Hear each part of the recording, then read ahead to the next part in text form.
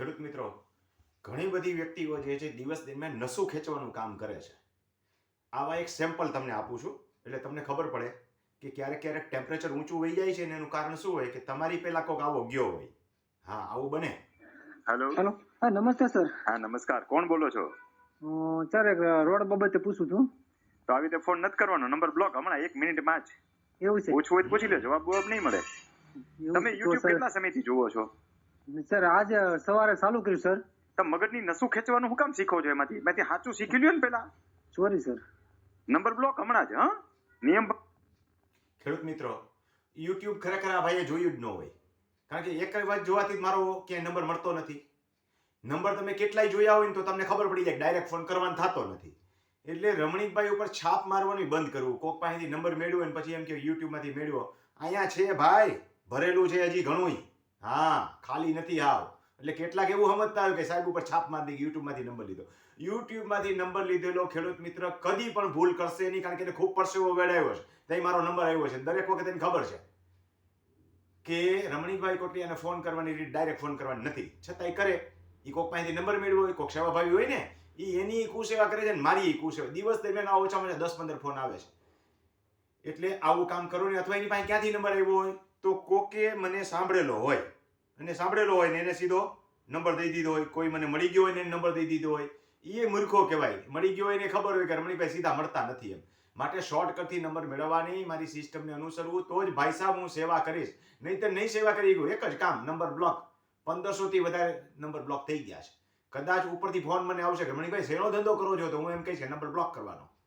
એક ભાઈને મેં પૂછ્યું, સમજ્યા, એટલે શું કામ કરે છે? મને કે બસ કોલેજમાંથી ડિગ્રી લીધી 10 વર્ષ, હમણાં જ ડિગ્રી લીધી 10 વર્ષ થઈ ગયા. કે નોકરી ગોતવાનું કામ કરું છું. આ પણ એક કામ છે. એટલે મારો નંબર ગોતવાનું કામ કર્યા પછી કોઈ ડાયરેક્ટ ફોન કરશે નહીં, કારણ કે આ કામ હું તો કરું છું. નંબર બ્લોક કરવાનું ઓલો જોક કીધો એમ. તો ખેડૂત મિત્રો, અગત્યની વાત, અનેક જગ્યાએ હું જતો હોઉં છું, અનેક જગ્યાએ મારા કાર્યક્રમો કરતા હોઉં છું, અને એમાંથી જે છે એ માણસો મને રૂબરૂ મળવાની રીત જે છે એ પણ પૂછતા હોય છે કેવી રીતે મળવું. એની પણ એક આખી સિસ્ટમ છે. અને રૂબરૂ મળવાવાળા પણ જુઓ, આ પણ ફોન સાંભળો. આજે કેટલા વાગે પહોંચીએ? ચાલુ રાખો. સર. આજે કેટલા વાગે પહોંચીએ? આપણે બપોર આઈથી એમ માનો ને 3 કલાક ગણાય. કોઈ મળવાવાળા આવશે કેટલા વાગે? એ તમે નીકળી ગયા, નકર કાલે નીકળો ભાઈ. હા સાહેબ, નીકળી.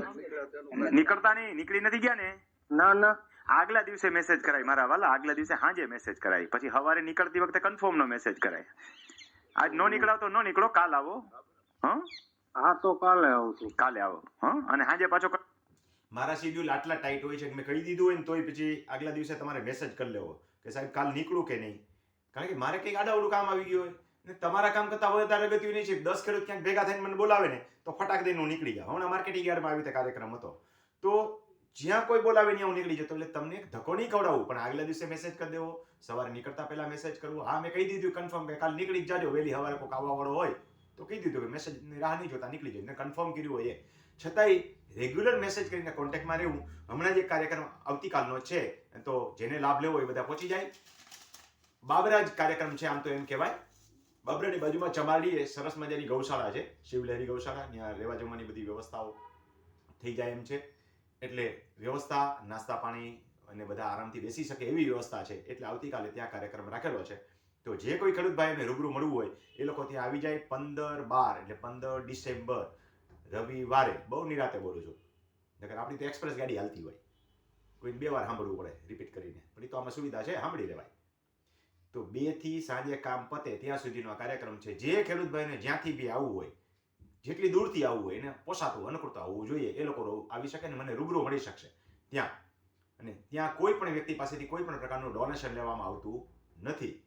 કોઈ યોગદાન રાશિ નહીં. આયોજકો જે છે એના ખભે બંદૂક ફૂટે છે. એટલે કે એ લોકો આયોજન કરે છે, સેવાના ભાવથી કરે છે. તમે પણ તમારા ગામની અંદર, તાલુકાની અંદર કે કોઈ પણ જગ્યાએ આવો કાર્યક્રમ કરવાનો હશે તો હું મારા ખર્ચે ત્યાં રૂબરૂ આવીશ. અને ખેડૂતોને આનો લાભ મળી શકે એટલા માટે આપ સૌ પ્રયત્ન કરજો. સ્થળ નોંધી લેજો. 15 તારીખે બપોરે 2 થી સાંજે કાર્યક્રમ પતે ત્યાં સુધી શિવલહેરી ગૌશાળા, બાબરાની બાજુમાં ચમારડી ગામ, શિવલહેરી ગૌશાળા ખાતે કાર્યક્રમ રાખેલ છે. સૌને પધારવા હાર્દિક આમંત્રણ.